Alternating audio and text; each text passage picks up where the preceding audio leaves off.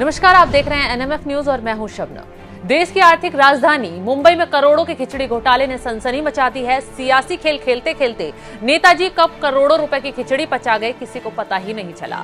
जब जांच शुरू हुई तो जांच उद्धव ठाकरे के घर तक पहुंच गई। गाज उनके करीबी नेता पर गिरी और आज खुद उनके बेटे आदित्य ठाकरे तक आई, क्योंकि इन लोगों ने बीएमसी को ढाल बनाकर करोड़ों रुपए का माल कहां गायब कर दिया, किसी को पता ही नहीं चला। लेकिन कहते हैं ना कि अपराध सबूत छोड़ ही जाता है। ऐसा ही इस घोटाले में भी हुआ और समय रहते ही जांच एजेंसियां सबूतों तक पहुंच गई, जिसके बाद ईडी ने खिचड़ी घोटाले में आदित्य ठाकरे के करीबी सूरज सुरेश चौहान को गिरफ्तार कर लिया। उसने जो राज उगले उससे मुंबई का सियासी पारा हाई हो गया। आगे ट्विस्ट का खुलासा करें, लेकिन उससे पहले खिचड़ी घोटाला क्या है, चलिए ये भी बता ही देते हैं। क्या है बीएमसी का खिचड़ी घोटाला? कोरोना के दौरान बीएमसी ने प्रवासी मजदूरों को खिचड़ी बांटने का फैसला किया था।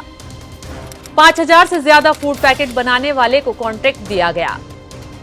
तय हुआ कि कॉन्ट्रैक्ट चैरिटेबल ऑर्गेनाइजेशन, एनजीओ और कम्युनिटी किचन को दिए जाएंगे। शर्त यह थी कि कॉन्ट्रैक्ट उसी को दिए जाएंगे जिसके पास स्वास्थ्य विभाग का प्रमाण पत्र होगा। बीएमसी में नियमों की अनदेखी की गई और नियमों के उलट कॉन्ट्रैक्ट हासिल किए गए। सूरज चौहान ने आरोपी निजी फॉर्म को अनुबंध हासिल करने में मदद करने के लिए अपने राजनीतिक प्रभाव का इस्तेमाल किया। ऐसा तब किया गया जब फोर्स वन मल्टी सर्विसेज खिचड़ी उपलब्ध कराने के मापदंडों में फिट नहीं थी। फोर्स वन मल्टी सर्विसेज के पास खाद्य लाइसेंस नहीं था।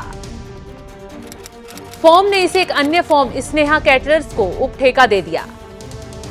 इस तरह पूरे घोटाले में बीएमसी ने 6 करोड़ 47 लाख रुपए की धोखाधड़ी की गई। मजदूरों को खिचड़ी भी कम दी गई। 250 ग्राम की जगह 125 ग्राम ही खिचड़ी दी गई। तो देखा आपने कैसे शातिर तरीके से उद्धव ठाकरे के राज में बेटे आदित्य ठाकरे ने अपने करीबियों को मौज करवाई, वो भी उस गंभीर दौर में जब देश कोरोना महामारी से त्राहिमाम कर रहा था।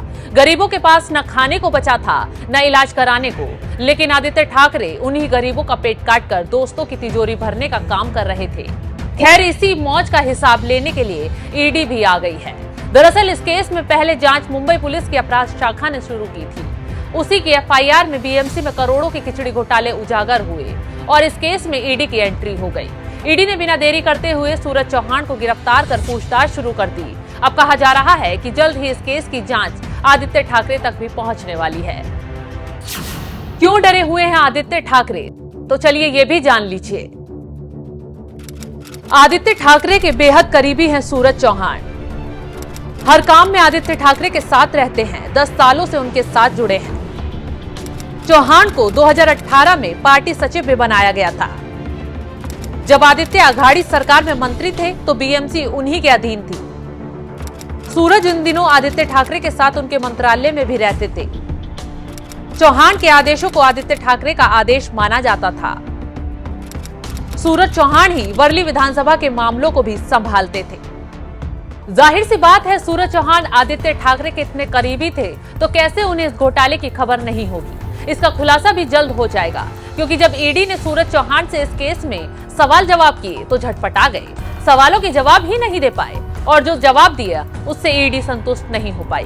खैर, अब बीजेपी ने भी इस मामले में हल्ला बोल दिया है। बीजेपी ने इस कार्रवाई को सही बताया है। इस खबर पर क्या है आपकी राय? कमेंट कर जरूर बताएं।